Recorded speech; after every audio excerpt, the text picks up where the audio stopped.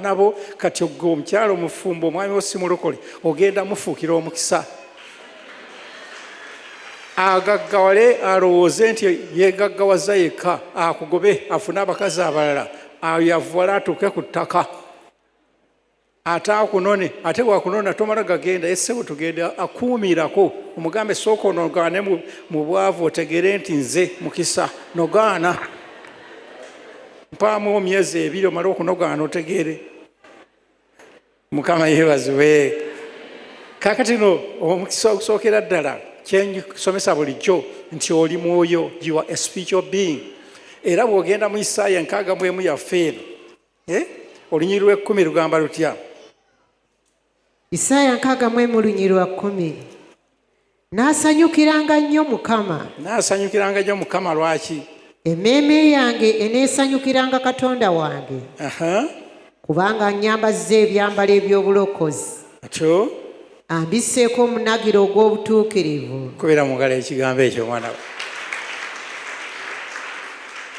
ani yali yeebaziza Mukama Katonda olw'obulokozi n'okubeera omutuukirivu gamba nga nebazamu kyo omanyi nti ebintu byonna by'ogenda ofuna emikisa gyonna gy'ogenda ofuna gisinziira ku mukisa ogwo ogw'obutuukirivu aleluya jjukira nti oli mwoyo your spiritual being omwoyo gwo gwe gulina okusooka ofuna omukisa amiina ab'ensi balina omukisa gwa ssente naye olwokuba nti balina mukisa gwa mwoyo ogw'obutuukirivu eno sitaani abalimu asobola okuba ebintu byabwe ebweru naye ffe Katonda yagala okuwa ebyebweru naye ng'asoose akuwa omukisa ogw'omunda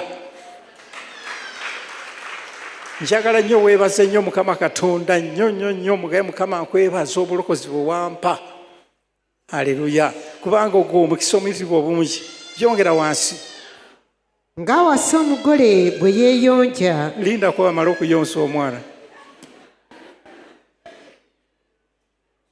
otyo kubanga ki ng'awasa omugole bwe yeeyonja n'engule era ng'omugole bwe yeewoomya n'ebyobuyonjo bwe kubanga ettaka bwe lisansula ekimuli kyalyo era ng'olusuku bwe lumaleza ebyo bisigibwa mu ng'omugole bwe yeeyonja n'ekyambalo kye kaakati ffe ekkanisa ffe bakazi Yesu ye mwami waffe nga ggwe ng'ogenda ku mbaga bakuwasa n'oyambala gawuni empitirivu obulungi ate mwe abaana bawala mbagamba mutawaanya abasajja wano nalaba mu wino wano waliwo gawuni za $5,000 n'empitirivu ziri awo za bulawuni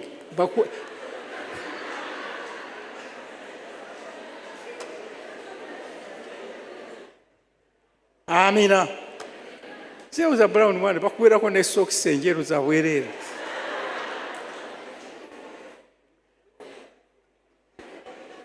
amina nga omwami n'akusanga ng'oyambadde bagenda obagatta ng'onyirira ne Katonda bw'asanyuka ng'oyambadde ekyambalo kino eky'obutuukirivu lyessanyu Katonda tagenda kuzina mazina kubanga okuze emmotoka kubanga ozimba ennyumba ennungi ekimuzinyisa amazina ng'onyiridde omwoyo gwo gutukula yagamba nti omwonoonyi omu bw'akyuka n'aleka ekibi kye n'akomawo erinze eggulu likola ki likola embaga yandibadde aga nti omuntu omu bw'afuna emmotoka omuntu omu bw'azimba ennyumba eggulu likola embaga ebyo neewa sitaani gyebiri n'ekisanyusa Mukama Katonda kwe kwambala ekyambalo ky'obugole n'onyirira gwe mukisa ogusookera ddala Katonda gwe njagala akuwa olwaleero era okwebalisenga ddala Mukama Katonda Mukama nkwebaza ekyambalo kino eky'obulokole n'obutuukirivu bangi tuli balokole era tuganye okutuukira mu Katonda aleluya yongera wansi tuwulire kubanga ettaka bwe lisansula ekimuli kyalyo era ng'olusuku bwe lumeza ebyo ebisigibwa mu lwo bw'atyo Mukama Katonda bw'alimeza obutuukirivu n'okutendereza maaso g'amawanga gonna aleluya bw'atyo bw'ayagala kwegamba tumusanyuse aleluya kakati n'ogwo omukisa ogwo gwe njagala okuluka olwaleero ogutegeere nti mukisa gw'amaanyi nnyo era bw'ogunyweza kwe kugenda ofukibwa omukisa guno ogw'ebweru gwonna Amina. Njagala tugende mu kitabo ky'Abaefeso essula esooka olunyira okusatu. Tuli mu bbaluwa ya Pawulo omutume gye yawandiikira eri Abaefeso essula esooka lunyiri lwa kusatu. Yeebazibwe Katonda Kitaawe wa Mukama waffe Yesu Kristo. Yeebazibwe ani? Yeebazibwe Katonda Kitaawe wa Mukama waffe Yesu Kristo. Eyatuwa buli mukisa gwonna ogw'omwoyo mu bifo eby'omu ggulu mu Kristo. Aleluya. Gukubire mu ngalo omukisa ogwo mwana wa. Bwana abasajja bedda bamanyanga okwebaza Mukama Katonda. Yeebazibwe Mukama Katonda wa kitaffe eyatuwa omukisa ogw'omwoyo. Gamba ngutwala olwaleero. Mukisa gufaanana kutya? Agumenya bulungi nnyo ebiti byagwo. Ogusooka kubanga oli mwoyo, omwoyo gwe butaba na mukisa tolina. Aleluya. Bino byonna ebyoku nsi tujja bireka wano ku nsi, naye omwoyo gwe wennyini gw'ogenda ewa Katonda. Ate buli kintu kyonna Katonda kyakola alina kutuula mu mwoyo gwo n'alyoka akola. Amiina. Kati sitaani bw'atuula mu mwoyo gwo, Katonda tafuna kifo w'akolera. Nolwekyo agambye yeebazibwe Mukama Katonda waffe eyatuwa omukisa gwonna ogw'omwoyo. Nga gufaana gutya? Mu bifo eby'omu ggulu mu Kristo.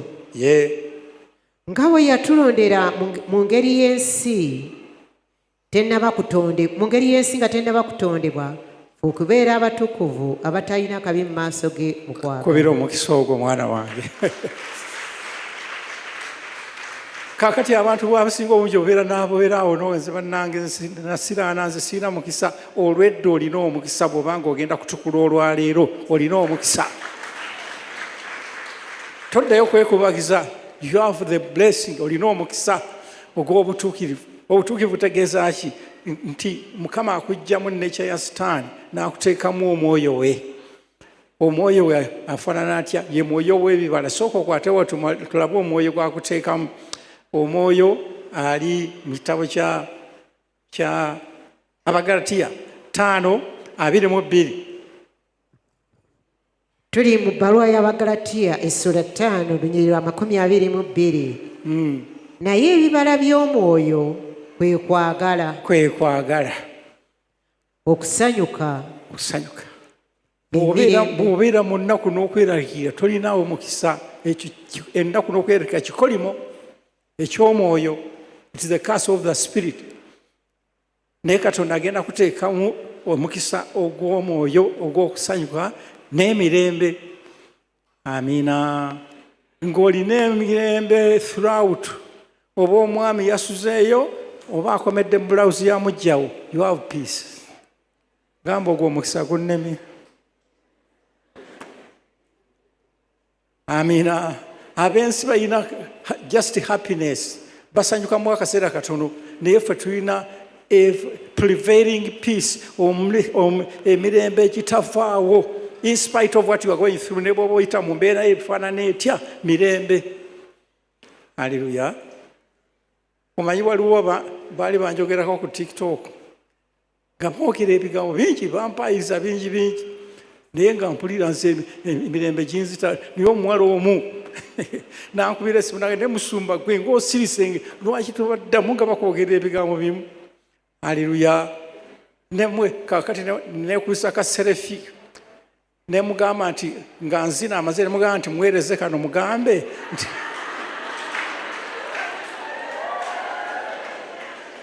nti gw'owayiriza ye ali mu mirembe na ssanyu, mulabe.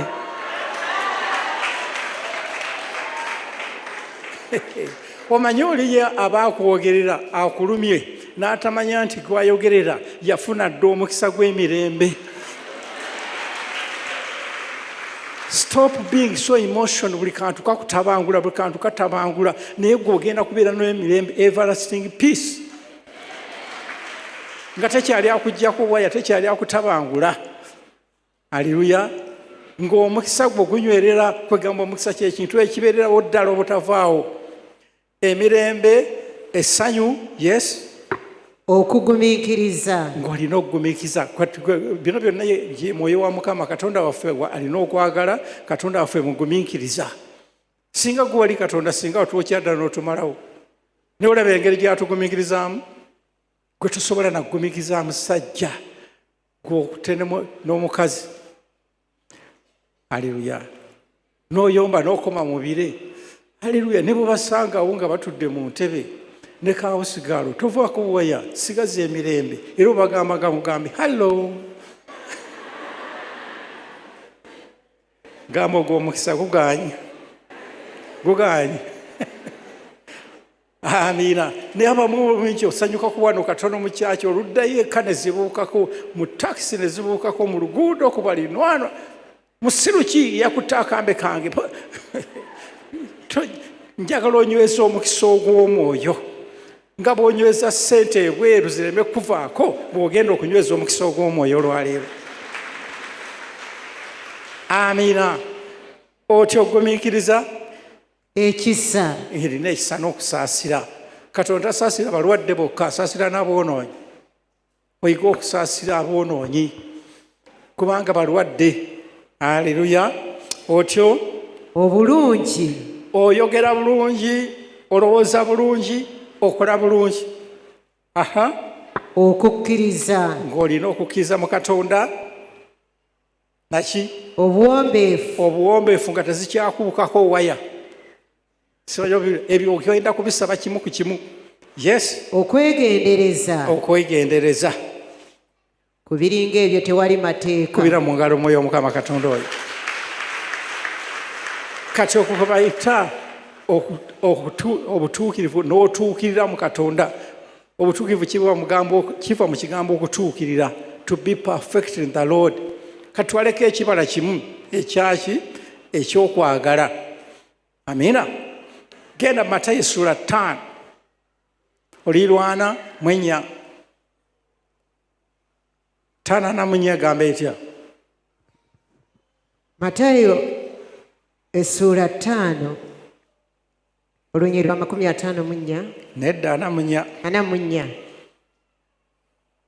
lugamba nti naye nange mbagamba nti mwagalayenga abalabe bammwe. Naye yange egamba nange mbagamba nti mwagalenga bajja bammwe. Okalabyako. Lwaki yagamba nti nange mbagamba nti bw'osanga mujja mukuba akagato mu mutwe mwagalenga bajja bammwe. Otyo nange mbagamba nti mwagalenga bajja bammwe musabirenga babayigganya. Mubasabira abayigganya, si basabira Zabbuli 35 Mukama mukube Bayaali ayike ebyenda. Nedda. Musabira akyuke alokoke. Naawe wali mwonoonyi, Katonda n'akusaasira ebyonoono byo n'akulokola. Naawe yiga okusaasira aboonoonyi obasabire bakyuke. Aleluya. Otyo mulyoke mubeerenga abaana ba Kitammwe ali mu ggulu. Osobola okubeera omwana wa Katonda omufaanane. Lwaki? Kubanga enjuba yajakisa ababi n'abalungi. Abatonyesa enkuba, abatuukirivu n'abatali batuukirivu. Olabye? Newomusamiza enkuba etonnyayo. Newomulogo omusana gwakaluze. Singa nali Katonda sandigwakizaayo. Naye Katonda ayagala abantu unconditionally. Abaagala. Naawe yiga okwagala abantu nga bwe bali. Toddayo kukyawa muntu yenna, sigaza omulabo ogwo sitaani yekka. Haleluya. Abakyala bafumba bulijjo mbasomesa nti omwami mwagale yeno romantic love eno omanyi efeedinga. Romantic love ogimanyi? Eya sweet eyo gye mbeera nayo mu courtship eyo nga mwemoolamoola. Haleluya. Naye omusajja bw'atandika okulaluka egaana eba tekyajja. Kakati funa laavu ya Katonda eno mwagalireyo n'eddaluuli. Naye bw'oganza omusajja yantama kati oyingiddemu sitaani. Haleluya. Na wano mu kkanisa mwagalane. Mukama yeebazibwe. Ye oba oli yakwogerako tomukyawa. Naye akati najja n'agamba maama Mukama yeebazibwe lulabe twe yeebazibwe.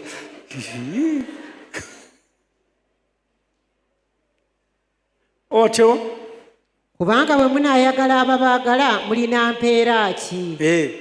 N'abawooza tebakola bwe batyo. N'abensi bwe bakola baagala babaagala, ffe tusukkawo ne tufaanana Katonda n'oyagala n'atakwagala. Amiina. otyo bwe munaalamusanga baganda bammwe bokka munaabasinzangawo ki? yes n'abamawanga tebakola bwe batyo? bw'onoolamusanga mukwano gwo yekka kisingawo ki? osanze mujjawo mubuuze, tomuyitako ng'omuziimula n'omukuba akagubu. Haleluya. Otyo kale mmwe mubeerenga abatuukirivu nga Kitammwe ali mu ggulu bw'ali omutuukirivu. Kubira mu ngalo ekigambo ekyo mwana wa. Ogwo gwe mukisa ogusooka okufaanana taatawo. Ffe abasajja twagala nnyo okutuzaalira omwana n'akufaanana. Amiina. Era mu abakyala ntera obbasomesa nga wakafuna olubuto bwoti lwa lunaku lumu olukwateko ogambaye Mukama nkwegayiridde nyamba omwana ono gwe ngenda okuzaala afaanana ekitaawe. Kolizaala omwana ng'ennyindo efaanana ku muliraano, olutwe lufaanana ku paaka. Amukulekedde awo ne mulembe akuleseeyo. Haleluya. Naye nga nzadde omwana mukyala wange n'anfaanana n'amera n'ekiwalaata nga muto.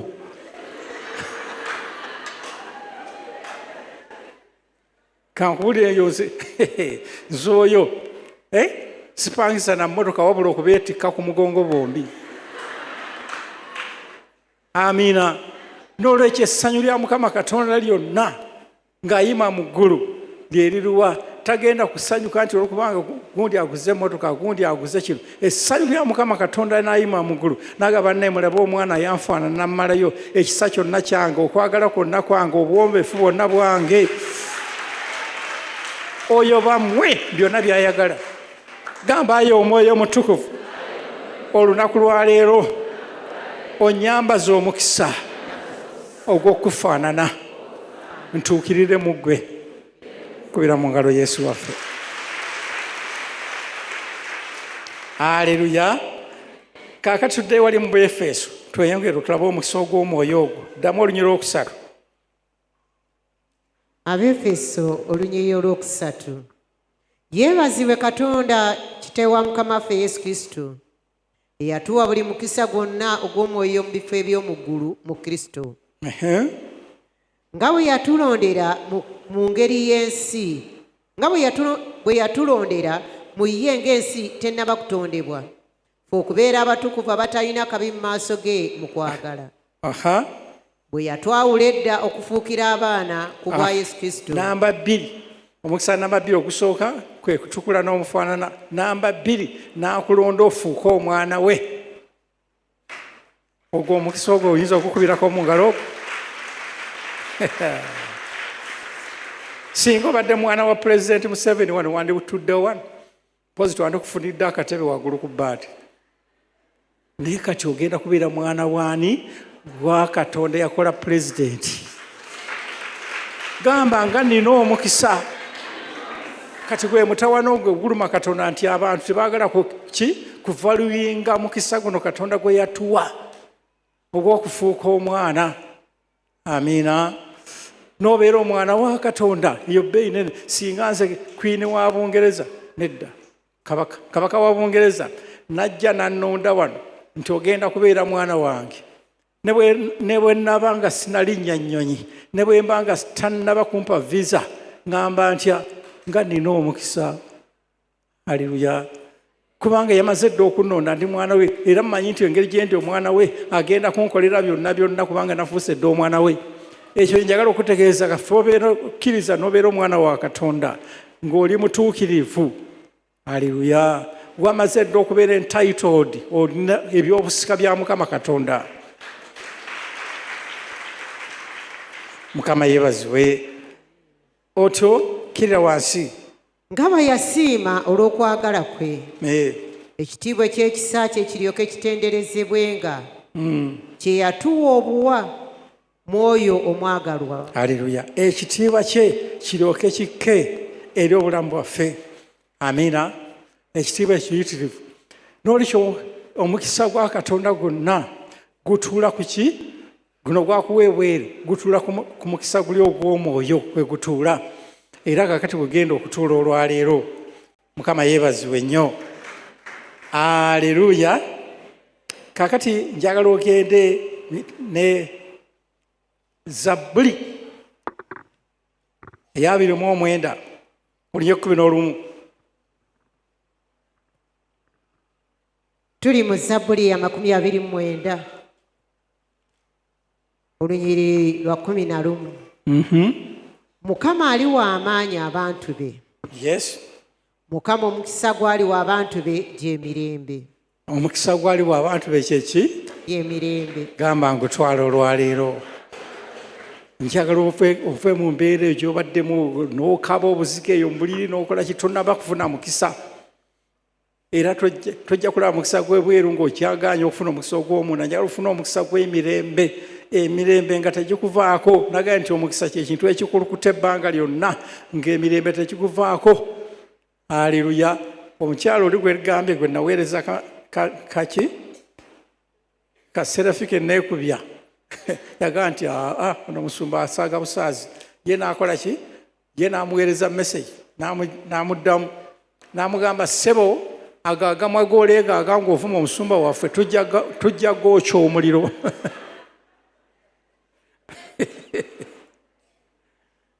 Ne muganda ati lwaki omuweereza nti musumba musajja atuyitiriddeko gwe wiiki 2 namba ayogera nga lwaki tumuleka? Nze gwavuma nina emirembe naye oli awulira afa. Haleluya. Njagala otuuke ku sseeri omukwano gwange nga you are not movable nga tekyali kigambo kiki kikutabangula omutima nga munywevu gujjudde emirembe. Amiina. Yogera Zabbuli kwegamba ensi egenda kujjula ebizibu bingi nnyo omukwano gwange, ebizibu bingi, naye ffe abalokole amaze okusumulwa endowooza zaffe tetwanukula bizibu na nnaku na kweraliikirira. Era kyekigambo kino ndowooza njagala kikusomera Zabbuli eno. Isaayo ono nja mukusomera awasooka awo. Haleluya. Nabe Zabbuli ki? 112. Zabbuli ey'Ekikumi olunyiri omukaaga. Olunyiri lwa 6. Kubanga taasagaasagane ng'emirembe gyonna. Taasagaasagane shall never be moved nga tewali kikyakunyeenya. Taasagaasagana ng'emirembe gyonna. Otyo? Omutuukirivu anajjukirwanga ennaku zonna ezitaliggwaawo. Yes. Taatyenga bigambo bya bubi. Taatyenga bigambo bya bubi ne bw'omwogerera ne bw'omukola ki nga takyatya bigambo. Lwaki? Omutima gwe gunywera nga gwesiga Mukama. Omutima gwe gunywera nga gwesiga Mukama. Omutima gwe gutereera taatyenga. Kubira mu ngalo omutima ogwo mwana wange. Awo njagala otuuke. Ne buli kantu konna kakabya amaziga, buli kantu konna kakutabangula. Oli mu kikolimu eky'omwoyo. Kati ogenda kuyingira omukisa gw'omwoyo olwaleero. Amiina. Taatyenga okutuusa lwaliraba byayagala nga bituuse ku balabe be. Kakati ogwo omutima Mukama Katonda mwakumba okuba abalabe. Abalabe si bantu, abalabe sitaani. Mwagenda okuyima okubeya emizimu n'emisambwa naki. Katonda tatuula mu ssente okulwana, atuula mu mutima omulongoofu mwanalwana. Mukama yeebazibwe. Kakati kankuzeeyo ku Isaayo oyo essula esooka, Isaaya 61 olunyiri olusooka. Abaana ba Isirayiri baali mu busibe in the bondage. Baali mu busibe. Abaluumi nga babafuga. Amiina. Nga babafuga babatulugunya. Kakati abaana ba Isirayiri olw'okuba baali babatulugunya ne balaba ennaku mpitirivu n'okweraliikira n'okutabuka. Naye baali banoonya kabaka anajja okugjawo Abaluumi ababafuga nga bamanyi nti Katonda agenda kusindika kabaka agenda okudda mu kifo kya Dawudi ajjewo Abaluumi. Naye Isaaya bwe yali alagula kabaka agenda okujja ye Yesu Kristo yagamba atya? Isaaya 61 oluyosooka. Omwoyo gwa Mukama Katonda guli ku nze, kubanga Mukama anfuseeko amafuta okubulira abawombeefu ebigambo ebirungi. Yes. Antumye okusiba abalina emitima egimenyese. He has sent me to heal the broken-hearted. Antumye okuwonya abalina emitima egimenyese, ekirwadde. a broken heart omanye ennaku ereeta ebiwundu ku mutima. Haleluya. Muli wano naye waliwo abalina ebiwundu eyitivu ku mitima gyammwe era abamu obadde oyagala nakwetuga wette olw'obulumi ku mubiri gwonna tolina kiwundu kyonna naye omutima guli wounded. You have a wounded heart. Omutima gujjudde ebiwundu. Kati omutima ogujjudde ebiwundu it is a curse, kyekikolimo nnamba emu. Haleluya. Olaba omuntu oyeetuga tabaako na kiwundu kyonna ku mubiri gwe gwonna guba mulamu naye ng'omwoyo gujjudde ebiwundu nga bimuluma era n'agamba ati nze buno obulumi sijja bugumiikiza kanfeeveewo. Naye gwe Yesu agenda kuwonya ebiwundu ebyo ebadde ku mutima gwo. Abantu b'ensi balina ssente naye nga tebalina ki? Tebalina mukisa gwa mwoyo. Era waliwo omusajja omugaggafu twali tubuulira enjiri awo nga tubuulira eno bweru, Mukama n'atuga mutandike ku kyalo kwemusula emutundwe. Ne tugenda mu Busiraamu eno, Mukama n'atugamba nti mugendewa mwambuke mu zigeeti. Haleluya. Akuwa omukisa maama wange. Nti mugende mu zigeeti waggulu. Ne tugenda mu geeti. Naye ne tukonkona tandika okubuulira enjiri. Haleluya. Twagenda mu nyumba y'omusajja nga mugagga yatuyitangawo awo nga alina ziroola alina ki. Ne mwana wange n'atukkiriza tubuulira enjiri naye bwe twabuulira n'aŋŋamba nti naye ddala musajja gwe ebigabo byogera bino bya ddala. Nze gw'olaba nze seebaka. Yagula amayembe ne gamuwa obugagga naye nga gamugamba ng'agala saddaaka ya mwana we omulenzi. Alina omwana omulenzi omu ng'agagala saddaaka y'omwana we mulenzi. Kaakati ng'asazeewo n'agamba nti waakiri nze kanfe omwana wange abeere omulamu. Naye ate nawe yandifudde era saddaaka omwana emizimu gyali gyagala saddaaka ne gyagala mukulu. Haleluya. Nga si kyokka nga gimugolokose ekiro ssaawa 9 golokoka ffe tetwebaka tewatuleeta kwebaka yitawo.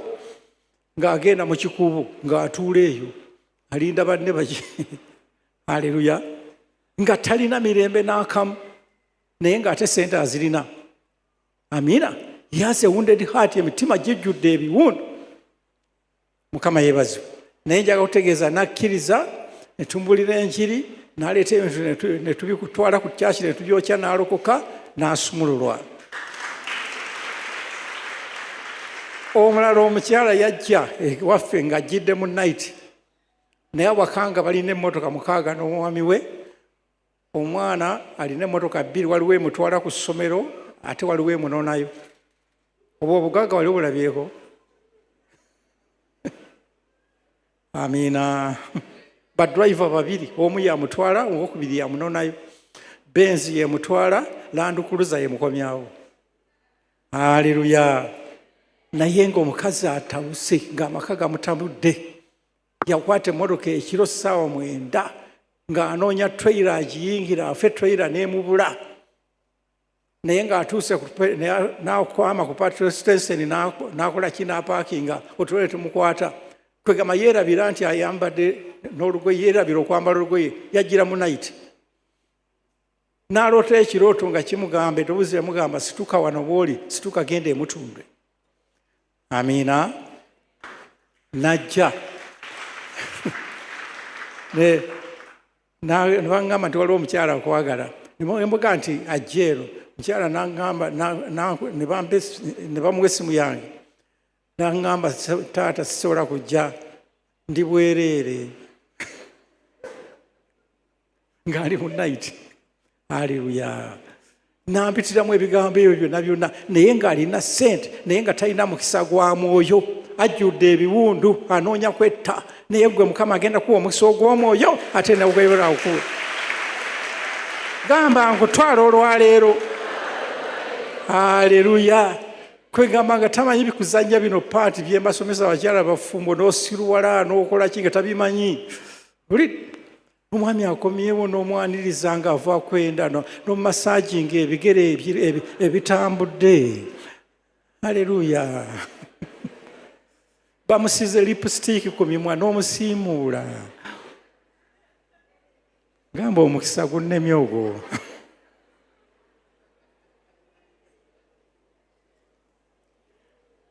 amiina naye gwe oli wano mwana nga olina zaabu ey'omukisa gw'omwoyo zaabu mpitirivu obulungi.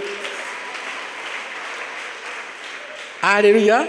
Kaakati abantu bano baalina emitima egimenyese nga bajjudde emyense, ekibuga kyabwe kyonna baali bakikubye kubye, enzigi zonna bazikubye, naye Katonda n'agamba nti nga sinnabawa mukisa gwa mubiri okuzzaawo ebyo ebyayonooneka byonna ebyedda, njagala kukola ntya kuwonya mitima gyammwe egimenyese egyo, ngenda giwonya nti agenda ku lwokusatu. Olunyiriri olwokusatu, okubateerawo abanakuwadde mu Sayuuni. Abanakuwalidde mu bulokole ye Sayuuni. Sayuuni lwe lusozi olw'obulokole. Ayagala abanakuwalidde mu bulokole, kwegamba bali abanakuwalidde mu nsi tabafaako, ayagala gwe anakuwalidde mu bulokole. Okubateekerawo abanakuwalidde mu bulokole, ekyo oba osoma nnyabo. Okubateerawo abanakuwadde mu Sayuuni. Sayuuni muveeko, soma balokole. Okubateerawo abanakuwalidde mu bulokole. Okubateerawo abanakuwalidde mu bulokole abakola atya? Okubawa engule mu kifo ky'evvu. Amafuta ag'okusanyuka mu kifo ky'okunakuwala. Amafuta ag'okusanyuka mu kifo ky'okunakuwala. Gamba nga twala olwaleero. Omanyi Katonda alinga ffe abasajja. Bakyala mwesi baye bwe n'abasomesa. Katonda alinga ffe abasajja. Ffe abasajja twagala bakazi be nakuwaza. Njagala simayiringa oli kimuli kyako mmeeza ssaawa 2 mu nnyanga osimayiringa. Haleluya. Kati essanyu omanyi omusajja bwakuwasa weemoolanga eri muki nga yakakukwana mu courtship awo nga weemoola, naye bw'otuuka mufumba banga yawasa mwannyina. Amiina. Eri ojjukira bwe yakwanira nga tomutunana mu maaso, yagamba maama Mukama akundaza okuwasa kyokka.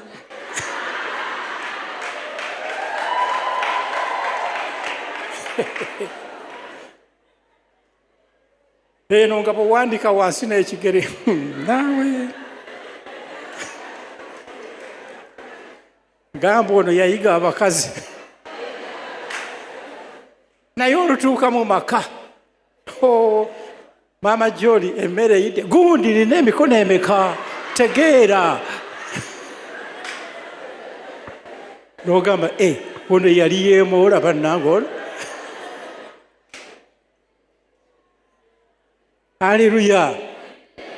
Omusajja yenna ayagala mukazi musanyufu awaka, oba nkomyewo kiro oba nkomyewo mangu, simayiringa feesi. Bw'otokikola ajja genda ebweru anoonya abali abasimayiringa. Okitegeera? Buli obuwala obwebweru obumanyi ko ne bwakasanga kakakooza engoye n'akakubako nkwala gwe nga kabuuka waggulu.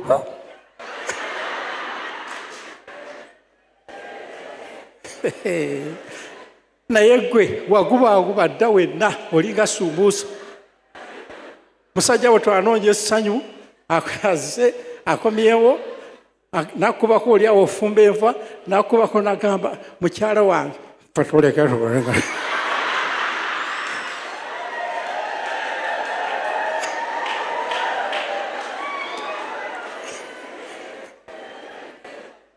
mugamba omukyalo oyo wenyenyangako naawe.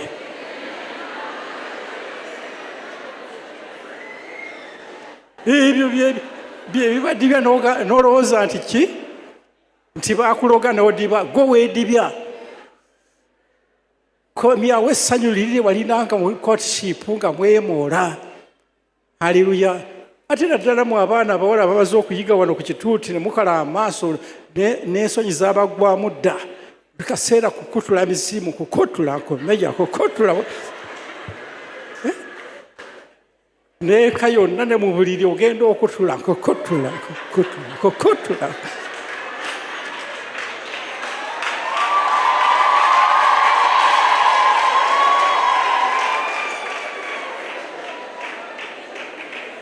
Mubuuza omukyalo oyo nti okutulanga ki ebitagwa ebyo? Haleluya. Omukazi yenna oteekwa okwemoolangako. Weemoole mu maaso g'omwami, weemoole musajja tamutuulira mu maaso. Bulidde era bwakugamba maama emmere eyidde kyokka.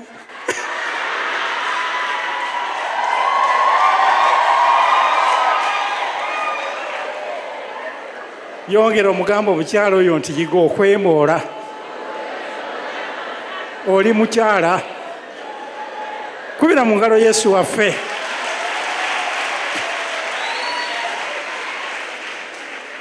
Otyo oma tusomere Yesu. Amafuta ag'okusanyuka mu kifo ky'okunakuwala. Wuliriza.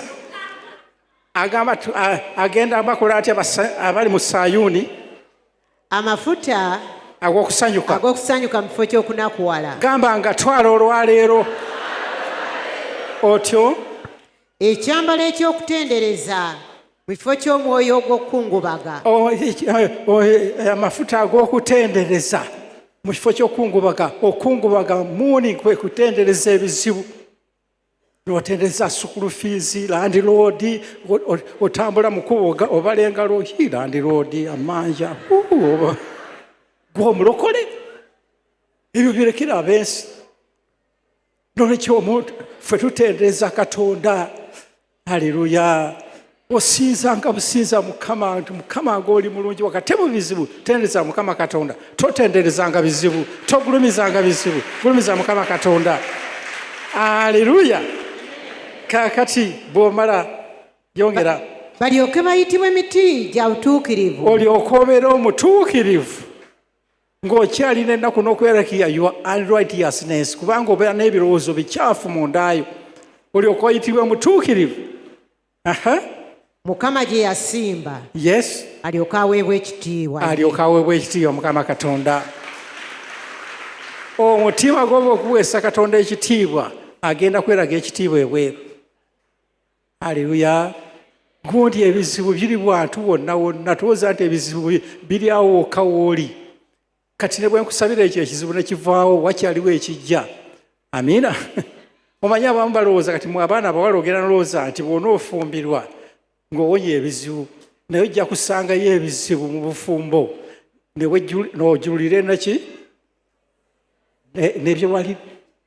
nekyewali mu basingo. Haleluya. Omanyi ne bagaggayi nago agasajja ago gamanyi wano mu courtship wano akakututawo tuyeeriisaako n'alyako mpola akamonde okutuuka mu bufumbo emmere amirammiri. Tagaaya. Ogeba naye omusajja nga simutegeera.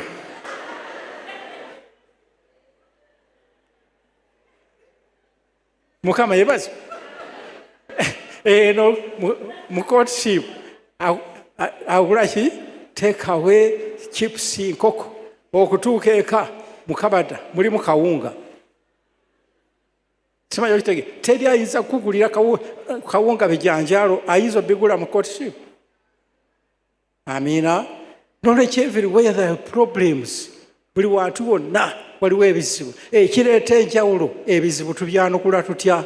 Ffe abalokole ebizibu tubyanukula na mwoyo wa Mukama Katonda. Ab'ensi babyanukula na mwoyo wa Sitaani ow'ennaku n'okweraliikira n'okutabuka. Ffe ogenda kukyuka olwayo funa omukisa gwani ogw'emirembe. Kaakati omutima gwo gumala okuweebwa omukisa ogwo ki ekiddako olwokuna.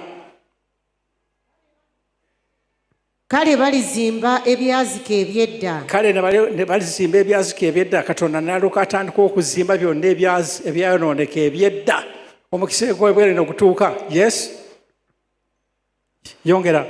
Baliyimusa amatongo agasooka okubaawo. Era baliddaabiriza ebibuga ebyazika. Atyo.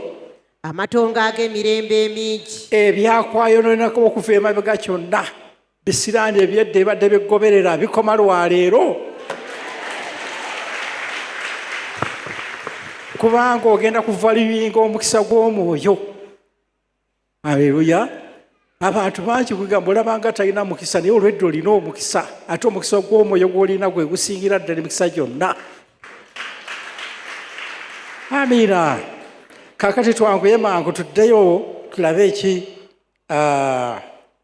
Zabbuli ya 32 olyosooka.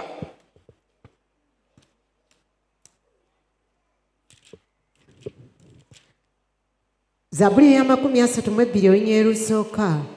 Aweereddwa omukisa asonyiyiddwa ekyonoono kye. Gamba nkutwala olwaleero. Aweereddwa omukisa asonyiyiddwa ekyonoono kye. Yes.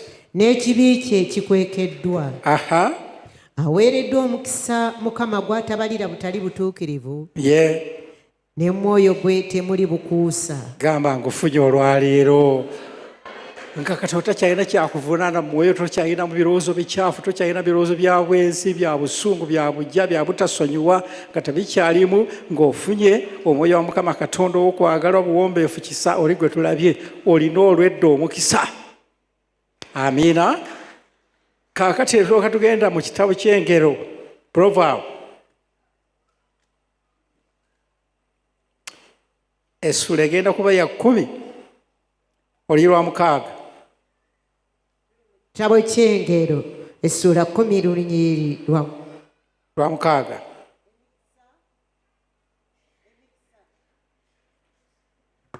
Omuwa omulala. Emikisa gibenga ku mutwe ogw'omutuukirivu. Nedda nnyabo soma bulungi.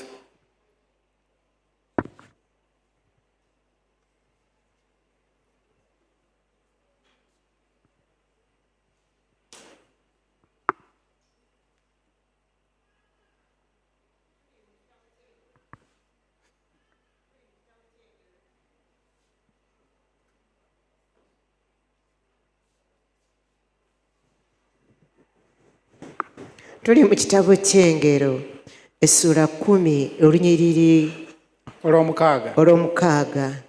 Emikisa giba ku mutwe gw'omutuukirivu. Emikisa gya Mukama giba ku mutwe gw'ani? Gw'omutuukirivu. Omutuukirivu. Omukisa gwa Mukama gutuula ku mutwe gw'omutuukirivu. Tayagala kuguteeka ku mutwe gwa musirusiru, aguteeka ku mutwe gw'omuntu omutuukirivu. Gamba ngutwala olwaleero. Aleluya. Kankubulire, wali akavubuka kabeeranga wali katwe nga banabookya amadirisa abo n'enziki. Kaakati bambi abavubuka obwo nga babwe 3,000 olunaku, naye ng'ate bukola nnyo. Ye oli boosi akwata emirimu atula eri waggulu mu kalina n'aweereza abavubuka bo ne bukola nga bwe bwokya, bwe bupanga, bwe bukola byonna, ye talina kyakola wabula okukwata tenders ezo. Haleluya. Ng'akola tenda z'amaanyi. Kaakati naye ng'abaseera. Kaakati waliwo omuyindi omu n'agamba naye bannawe omusajja ono aseera ate ndaba buno obwana bwe bukola.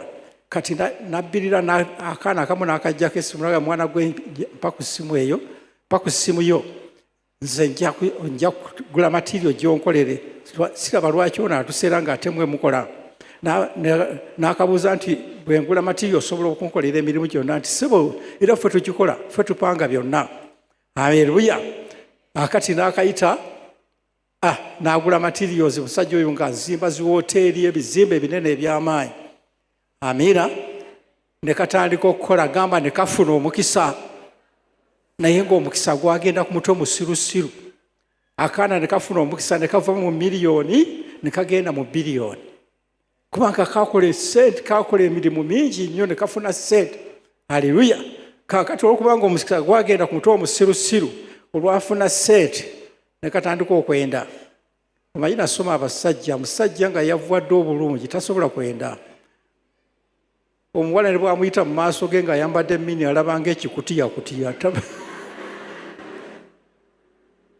Haleluya. Naye agaggawaleko bw'ati ng'akyali musirusiru omutwe. Era kyekyavaamu.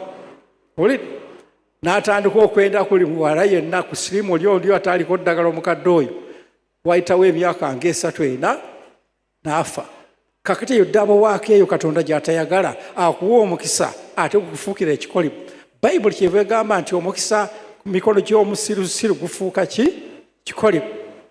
Amiina. Naye gwayagala kuwa omukisa gutuule ku mutwe omugezi omutuukirivu. Kubire mu ngalo Yesu Kristo. Ddamu ekyawandiikibwa ekyo bwana wange.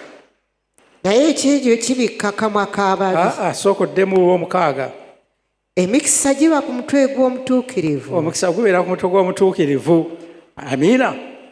Kati oluyi lwa 22. Oluyi lwa 22. Omukisa gwa Mukama gwe gugaggawaza. Omukisa gwa Mukama gwe gukola ki? Gwe gugaggawaza. Gamba namaze dda ogaggawala. Ate so tagatta buyinike bwonna wamu nagwo. ate yetagattako buyinike bwonna. Sitaani naye agaba omukisa era abantu bangi bagenda kubasamiza ne bafuna omukisa, bagenda kubasaba bagenda bafuna omukisa. Naye ogwa sitaani gubaako obuyinike, gubaako ki? Obuyinike bungi. Kubanga ye sitaani bw'akuwa omukisa takuwa ssente zokka. Agamba nkuwa byonna bye nnina sikuwaako kimu. Agamba nkuwadde ssente naye nina okukuweerako n'ennaku n'okweraliikirira n'obuteebaka n'okulumwa omutwe ne kansa n'okuzimba ebigere n'endwadde njigabirako sikuwaako kimu. Ate olina okufa amangu. Emizimu gyange gyetaaga, tojja kubeera kuwangala lutagwa. Olina okufa amangu. Ate ku nkomerero tugenda ffena mu geyeena. Ne Katonda waffe bw'agenda okuwa omukisa tayagala kuwaako sagwa ssente gokka, ayagala nkuwa byonna by'alina. Agamba njagala kusooka nkuwa omukisa gw'obutuukirivu, nkuwa omukisa ofuuka omwana wange, nkuwa omukisa ogw'emirembe, nkuwa omukisa gw'essanyu, nkuwa omukisa gw'okuwangaala. Ku nkomerero tugende ffenna mu ggulu. Mwongere engalo Katonda waffe ez'amaanyi. Era ow'ensi bw'akweyagalirangako n'agamba nze seetaaga bulokole bwo, nze bajjajja bampa omukisa, mugambe baakuwa byonna. Bw'akuba oluyita ogamba nze ganda. N'ekyo tobeegomba ng'abo n'omuli n'ogumu. Amiina. N'olwekyo gweyagale olw'omukisa gw'olina era njagala ogunyweze, togusuulanga mwana wange. Mukama yeebazibwe. Aleluya. Kaakati no njagala nkulagire ekizampo. Lubereberye essula 12 Genesis. Tuli mu kitabo ky'Olubereberye essula 12 olunya olusooka. Ibulayimu ensi yonna yali nkolimire. N'agamba tuli mu kkolo ya Ibulayimu yali nkolimire yonna. Katonda nayagala okuddamu okuwa omukisa ensi n'atandika ne jjajjaffe Ibulayimu. N'amugamba atya? Awo Mukama n'agamba Ibulaamu nti va mu nsi yannyo era wali ekika kyo n'ennyumba ya kitaawo. Yes. Oyingire mu nsi gye ndikulaga. Va mu nsi ewamwe ennyumba ya kitaawo, naffe tugenda, Mukama agenda twawula ku bikolebwa n'ebipali by'abeewaffe. Abeewamwe bonna tebafumbirwa, abeewamwe bonna baavu, gw'ogenda kuba wanjawulo, togenda bafaanana. Mu Luzungu tukita uniformity. Kasita Katonda akwawula ku busungu bw'abeewamwe. Omanyi abalokole bagenda ne babawaanawaana namwe ne mwe. Mulokole muleke akakasunguyire kanyina n'ennyina bw'atyo yatuvumanga oswadde. Tolina kufaanana kintu kyonna beewamwe, mpozi figa yokka, naye byonna empisa, kalakita, embeera yonna Yesu gwe tugenda okufaanana. Amiina. Akati nno n'amwawula nti vaayo mu kika ky'ewamwe, bano baavangayo na mubiri, kati tuvaayo eyo gye gisika. Ky'ola nti otera okuloota, buli kaseera oloota oli wammwe. Buli kintu kyonna ky'ogenda okukola okirootera wammwe eri gye wakulira. Bameka abaloota ebirooto ebyo? Kabuli kaseera olabye obusibe otugenda okuvaamu olwaleero. That is uniformity. Kwegamba gw'ogezaako ogenda ku kintu ekirala ofaanana abalala, Sitaani n'asika omwego n'aguzzaayo ofaanana abeewamwe. Gamba sijja bafaanana olwaleero. Akati okufaanagana okwo n'amugamba va mu nnyumba ya kitaawo, soma tuulye maama, ddamu. Awo Mukama n'agamba Ibulaamu nti va mu nsi yannyo era wali ekika kyo n'ennyumba ya kitaawo. Oyingire mu nsi gye ndikulaga. Nange ndikufuula eggwanga eddene era naakuwanga omukisa era naakuzanga erinnya lyo era beeranga mukisa ggwe. Ate beeranga ki? Mukisa. Gamba ag'amafuta g'entwala olwaleero. Aleluya. Aha. Nange naabawanga omukisa banaakusabiranga ggwe omukisa. N'oyo anakkolimiranga naamukolimiranga nze. Ne muggwe ebika byonna eby'omu nsi mwe biriweerwa omukisa. Nga naawe ogendereddemu. Mukama yeebazibwe. Kaakati omusajja ono ojja mwesomera essula ye16 15 ojja gyesomera. Katonda n'akola naye endagaano n'amujja mu ndagaano z'abeewaabwe. Gamba ayi Mukama, nange olunaku lwaleero nva mu ndagaano ez'abeewaffe nnyingira mu ndagaano ey'omusaayi gwa Yesu. Mukubire mu ngalo Yesu Kristo. kati bw'otuuka mu ssuula ekumi n'omukaaga nayo gy'ajja esomera Ibulayimu n'ayenda n'apaaluka n'ayenda n'azaala Mwagali. Mu ssuula ekumi n'omusanvu Katonda n'amukomawo n'amukyalira n'amugamba atya olyosooka. Awo Ibulayimu bwe yali yakamaze emyaka 99, Mukama n'alabikira Ibulaamu n'amugamba nti, nze Katonda omuyinza w'ebintu byonna, tambuliranga mu maaso gange obeerenga mutuukirivu. N'amugamba Ibulayimu, mukwano gwange, endagaano yange ogenda gyonoona, tambulira mu maaso gange oli mutuukirivu. Omukisa ogw'omwoyo sooka omaze okunywera omukisa gw'omwoyo, ebyo zonto gw'otandise agenda kutta omukisa gwe nkuyitidde. Tambulira mu maaso gange ng'oli mutuukirivu. Kaakati nange ndiragana endagaano yange nze naawe. Yes. Era ndikwaza nnyo. Era ngenda kukwaza, ngenda kubazaamu emirundi mingi. Kikubire mu ngalo ekigambo ekyo. Gamba ayi Mukama, nange onyambe nyweze omukisa gw'omwoyo. N'amugamba Ibulayimu, mukwano gwange, nyweza ebyo zonto oyo gw'otandise era zonto n'amuvaako, n'omukyala n'amugoba n'amugyawo, era Ibulayimu yafa bukadde na bugagga. Amiina. Naawe ogenda okutuuka olwaleero. Aleluya. Kaakati mu Isaaya kye baba tugamba batya, Isaaya 5:1, njagala nkulukira ebintu biro kubanga tujja kukoma kusaba wano wokka, njagala oddeyeeko osabe paka olabe nga olina w'otuuse. Isaaya 5:1 olunyosooka. Isaaya 5:1 olunyosooka. Mumpulize mwe abagoberera obutuukirivu. Gamba yenze. Mumpulize mwe abagoberera obutuukirivu ab'ennansana. Mwe abanoonya Mukama. Mwe abanoonya Mukama ennaku 30. Mukole mutya? Mutunuulire olwazi lwe mwatemebwako. Mutunuulire olwazi lwe mwatemebwako lwe luluwa? N'obunnya bw'obuya bwe mwasimibwamu. Otyo? Tunuulira Ibulayimu jjajjammwe ne Saala eyabazaala. Mutunuulire Ibulayimu jjajjammwe yakola atya? Kubanga bwe yali omu yekka. Yali omu yekka. Ne muyita ne muwa omukisa. Ne muwa omukisa. Ne mwaza. Kubira mu ngalo Katonda. Kale ono kye kigambo kyakugamba naawe olwaleero nti goberera jjajjawo Ibulayimu, kubanga kati tulizadira Ibulayimu, onywere mu butuukirivu bwa Mukama Katonda. Zonto yenna munnyuke gundi, oba okyalinamu ebibi by'obadde okyatambuliramu, okyanyokenge, okyayenda, bikomye olwaleero. Aleluya. Bijja kutta omukisa gwo guno Katonda gwagenda okusumululira. Aleluya. Twongere tulabe ekitabo ky'Abaebbulaniya, Hebrews, essula ya 12 olya 14. Tuli mu Baebbulaniya essula 12 olunya olw'e14.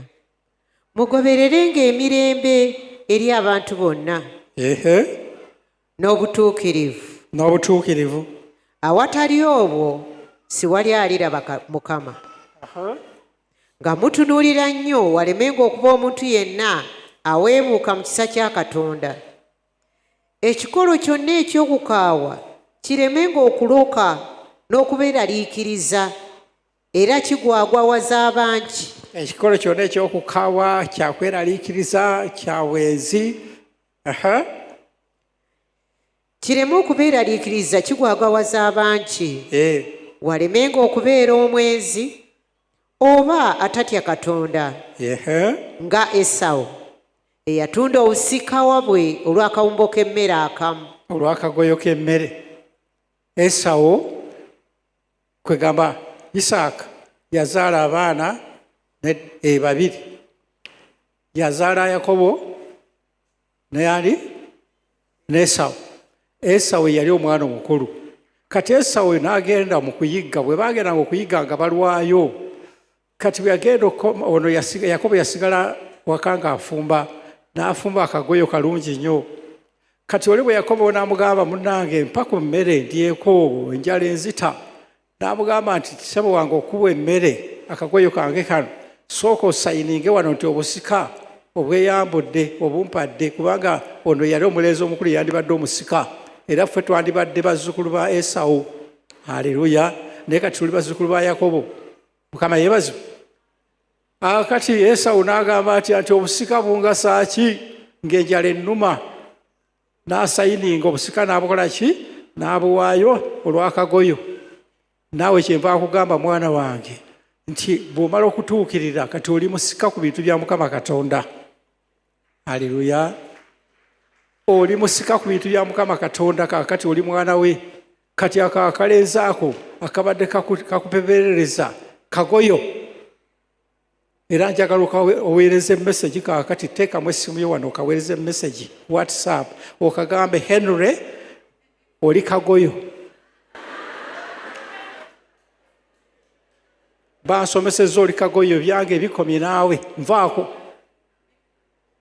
Kaagala okufiiriza obusika Katonda bw'agenda okuwa, emikisa gy'agenda okuwa. Haleluya. Mulenzi gwo obusente bw'oferafera abantu abo n'oyisaawo abantu bugoyo. Katonda ayagala kuwa bizinesi za miliyoni, ayagala kukola kigoli ku bugoyogoyo obugenda kufiiriza obusika. Amiina. Kwegamba bwe tutyo abalokole tufiiriddwa omukisa guno ogw'ebweru olw'obugoyo, ng'oganja okukuuma ki? Okukuuma obutuukirivu n'ebikolwa ebirungi, n'ofiirwa obusika Katonda bw'adde agenda okuteekako. Haleluya. Mwogere engalo Katonda waffe. Mukama waffe yeebazibwe. Genda ne mu Zabbuli esooka oliyosooka. Gamba omukisa guno ogenda kutambulira ddala gunywere mukwano gwange nnyo n'amaanyi. Zabbuli esooka oliyosooka. Zabbuli esooka olunyiriri olw'olubereberye. Ayina omukisa omuntu atatambulira mu kuteesa kw'ababi. Alina omukisa ng'omuntu takyetaba mu bantu babi, si bamuwa amagezi. Yes. Newankubadde okuyimirira mu kkubo ly'abo abalina ebibi. Newankubadde okutuula ku ntebe y'abanyooma. Naye amateeka ga Mukama ge gamusanyusa. Naye amateeka ga Mukama, ebintu bya Katonda ge bikusanyusa, tebikyakubowa. Ogenda kutuuka ku ssa nga Katonda akutaddemu omwoyo we, ng'ebya Katonda byebiki byebikusanyusa, ebya sitaani nga bikubowa. Bw'obanga okyali mu sitaani, ebya Katonda bibowa. Okimanyi? Okusaba nga kukola ki? Kubowa. Okuyomba nga kunyuma. Bwe bagamba tusabe, Kitaffe ayuuguya tukuzibwe ng'oyayuuya. Ne wali olabye yayayuuya ng'ayomba. Teri. Bwe bituuka okusaba musumba, mpandiikirayo ebigambo bye nnaasabanga ku makya, bw'oba oyomba nze mbikuwandiikira. Haleluya. Ayomba asooka kujjula ki? Mwoyo wa busungu n'amuwa ebigambo. Asaba asooka kujjula mwoyo wa Mukama Katonda n'amuwa ebigambo. Kubira mu ngalo Yesu Kristo. N'olwekyo otandika okutamwa, bangi muli wano nga ki? Ebintu bya sitaani bikyakunyumirawo. Tujja kukwatagana ne Mukama Katonda. Zibamanyi mugenda ne mubeera ku pate ez'ab'ensi, tetubagaana gendayo. Ne bw'olabanga pate etabuse, etabuse ssaawa 8 gwa kiro, omulokole oba okyanyumirwayo kiddala. Bataddemu endongo za bebeku, bakusitudde okuzina. Nze sizina ebyo, nalokoka. Naye ng'oli mu ntebe oli bw'oti. Akati awo kodigidde awo, yo omwoyo wa Mukama yadduse dda. Omanyi atandikira mu bigere, otandika mpola bw'oti, newonyeenya mpola n'onyeenya. Kyokka oganja okuzina naye ekigere kikola ki? Kijeenya. Olwo Yesu asituse mu bigere agenda. Ogenda okulaba n'ekiwato. N'omutwe. Kati bagenda okusitula. Olaba ente, wali olasowe ente mu bonna bonna ng'enoonya mugwe ekiro. Haleluya. Kakati omugole muli kasiki anti epate ez'ebusiki. Omugole agenda okusitula gw'anaazira naye ajja kujja wuwo. Kubanga Yesu tani alaba Yesu yadduse dda. Emirundi giri gyonna obadde ogaanyi, naye guno olwokubanga Yesu adduse nga n'agagana tewali. Mulokole ejjaawo tuzineko. Okay, tuzine, naye nze ompuuba mpola nalokoka munnange.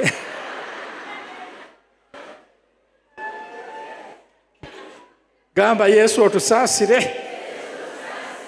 Ebyo kyenjagala kutegeeza nti otamwe Katonda bye yatamwa, oyagale Katonda by'ayagala. Mukubira mu ngalo Katonda waffe. sitaani bwakuyingira akutamya ebintu ebirungi ebyobwakatonda n'akwagaza ebibi ne bwe biba kigenda kutta mwana wange n'akikwagaza oli n'anyumirwa walagi kyokka bamugambye ekibumba kivunze naye nga tamuleka omulala anyumirwa sigala omulala anyumirwa okulwana omulala anyumirwa okuyomba amiina nga bwolabamu abakyala ogenda n'ofuna olubuto obadde oyagala nnyo ennyama n'ofuna olubuto lw'omwana olubuto ne lukutama ennyama ne lukwagaza ettaka n'omogola ettaka ly'enju ng'olya olya ne sitaani bw'atuyingira bw'atukola ng'atukyaye ebirungi naddala ebyakatonda ng'atwagaza ebibye kaakati omwoyo wa mukama katonda agenda kukola kyekimu akutamya ebibye ebya sitaani akwagaza ebyakatonda ng'ebbayibuli ekunyumira kukamala mu mazzi ekigambo kya katonda kikunyumira haleluya bayinza okubulira wano nga weebase mwana we ne weebaka naye oyo yeebase oyo njagala omuvume omugambe likazi gwo liri siru olabe nga naddayo okwebaka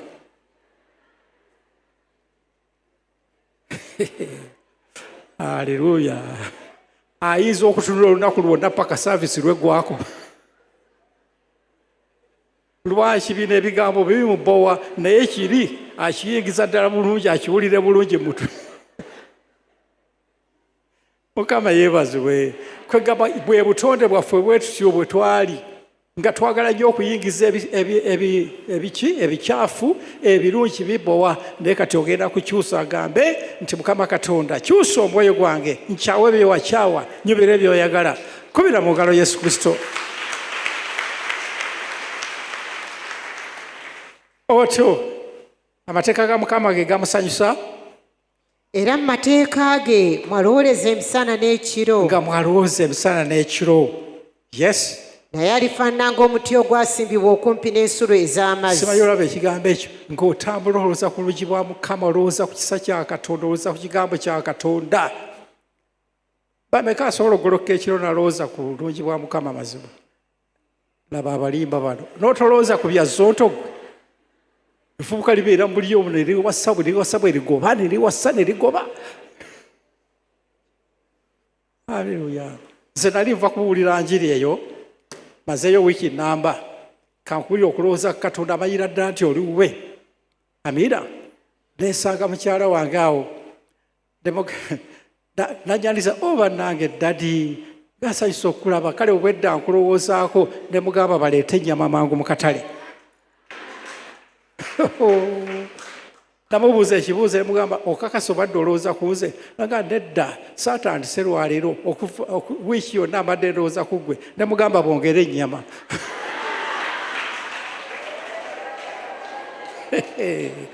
kyekyanguza ennyama eyakalekereke kubanga namanya nti ali ku nze yekka talina musajja mulala birowoozo byonna biri ku nze kubira mu ngalo yesu kristo